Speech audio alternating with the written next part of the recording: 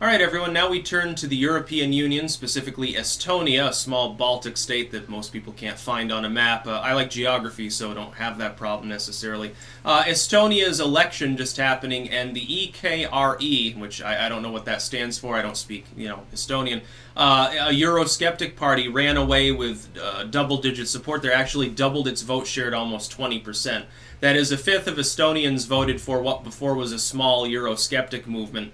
This is a country, on the eastern side of the continent that benefits in a fiscal sense in a lopsided fashion from the European Union's free movement. This is a pretty good bellwether that things are continuing to move against the European Union in favor of Euroscepticism, and it could be a bellwether of things to come in other countries that are going to hold elections over the next few years. At the same time, the center-left coalition that had been running the country actually now is basically been destroyed because the Liberals, surprise, surprise, lost to the center-right. Now that includes the further right, which is the EKRE, but it's a fifth of the population. Then you have a larger vote share voting for, I guess, a center-left sort of what we would consider like the equivalent of the moderate Republicans or something, sort of a neocon party. I believe it's Russia-skeptic as well, which makes sense since they were behind the Iron Curtain for years and their near ancestors were abused by Stalinists and people like that, so, no love for communism, I guess, generally in Estonia, at least among the sane classes of people. So congratulations to them, that you need to get that share up even further with the Euroskeptics. Now, if you got a fifth of the population backing you, that's a viable political movement. Like anything, once you break into the double digits, even regionally, it's a viable movement. We see this among the Swedish Democrats.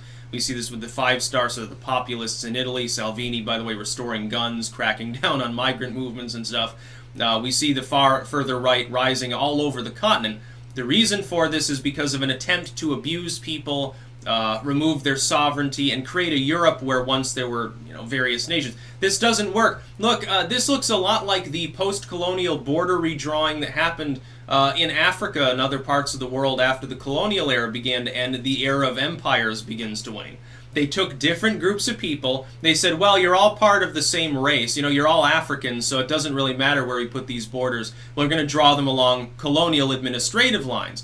Big fucking problem. Same with the Middle East. They took tribes of people who didn't see themselves as the same, lumped them together. Identity politics ensured that one group was always favored over another. Revolution and counter-revolution breaks out, and the borders begin to break down. This is the same thing as what they're trying to do in Europe, and it'll have the same end result. Doesn't matter if they disarm everyone and have a European military. Look, these people in Africa that revolt against their governments usually do it with clubs and machetes. They don't have guns most of the time. The only people with guns are the government, and the government's run militias or some counter-revolutionary group that gets it from another country. And that'll happen in Europe too. Like the Russians will run guns into the continent. They'll get guns from American firms and American partisan groups, and it'll be a bloodbath. Europe will fall apart in infighting and civil war. The European Union is breaking down. Thankfully, right now it's breaking down peaceably. Euroscepticism is rising within legitimate political circles. It's an academic and a political movement. It's not taking the form of fisticuffs and Molotov cocktails. Be thankful for that. The European Union should devolve. It should do away with itself because it cannot work. I assure you that especially in an area where it's even more parsed and partitioned between languages, cultures, ethnic and even sub-racial groups and so forth, Europe is too diverse already to be conglomerated together, especially with the free movement involved with economies that are undeveloped and economies that are very highly developed. There's a big difference between Sweden's economy and the economy of Serbia, or the economy of Spain and the economy of France, or the UK and the economy of Slovakia or something. Again, it's not, well, this person's better than that person because they come from a more developed country. No, it has nothing to do with that. It's just a simple truth. But then everyone wants to peg themselves to one fucking currency, and that doesn't make any sense either. Yeah, let's pay. Our GDP is like the average income in our households here in whatever stan is $4,000 equivalent a year, and over there it's 40,000. Let's peg our currency to the same thing as this other country. Nothing could possibly go wrong when that country demands that it be manipulated in favor of their economic needs. It sure as hell won't hurt us. It's a crazy talk. And then the Shenzhen area doesn't work.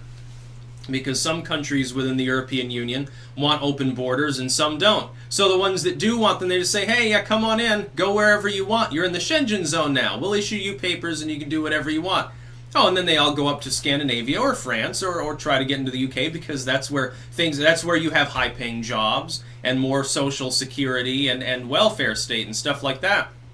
It doesn't help that some of these countries have bent over backwards to appease people. And at first they were trying to do it basically, I think, for diplomatic reasons. They're like, well, it'll look good, it'll make us look charitable, and it also raises our prestige because we're like, we got so much money, we can care for all these migrants. But then it just incentivized more people to migrate. And then they're like, oh shit, well, we can't pay for all this. Fuck. And it's like, which country is it that now, I think it was Finland, if I remember correctly, that refugee resettlement areas are now being renamed like deportation centers or something. It might have been there. It might have been some other country. I can't remember. Maybe it was Hungary. I wouldn't put it past Orban. And then you have that particular block of countries, specifically the Czech Republic, Poland, Hungary, some of these others that are becoming deeply populistic at this point, if not outright nativistic.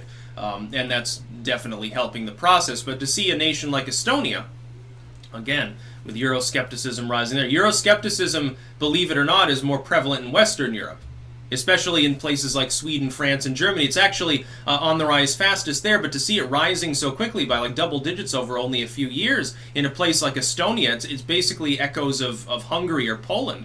Or the fact that in the last Austrian election a few years ago, Van der Bellen there, the Green Party, basically socialist light, barely held on to a lead against someone who represented what, 50 years ago was considered a racist Teutonic party. So barely managed to beat him. It's like the entire population voted either for communism light, basically, or the social democracy, or whatever the fuck you call it, and then the other half basically voted for hardline nativism, verging in on ethnic nationalism.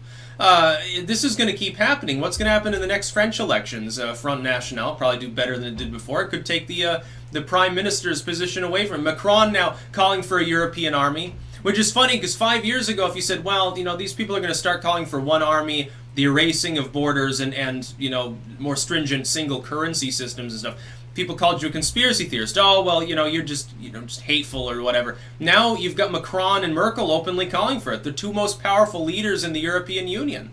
Well, I would say it's not a conspiracy theory, I guess. I guess it was true all along.